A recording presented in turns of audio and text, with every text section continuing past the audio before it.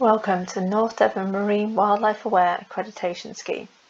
This is a tutorial on how to register for the scheme and become an accredited member.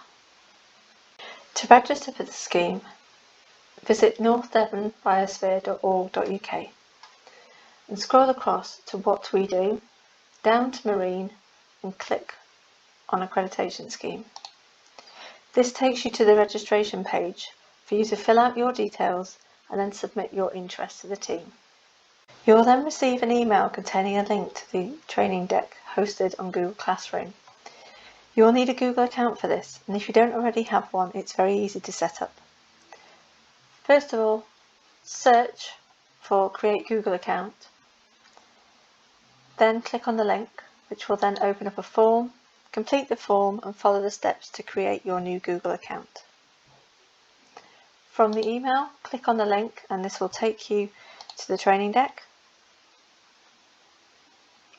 Here you will find the training videos, quizzes and further information to support you within the classwork folder. There are 3 different topics: species of North Devon, habitats and species protection, the legal bit, and sustainable ecotourism. In order to complete the accreditation, you need to work through the training sessions, then complete the associated quiz. The further information that's available in each of the topics is there to support you.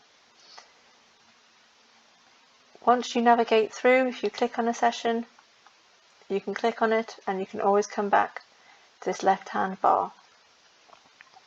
Once you've completed all the training and associated quizzes, you'll be sent an accreditation agreement for you to sign.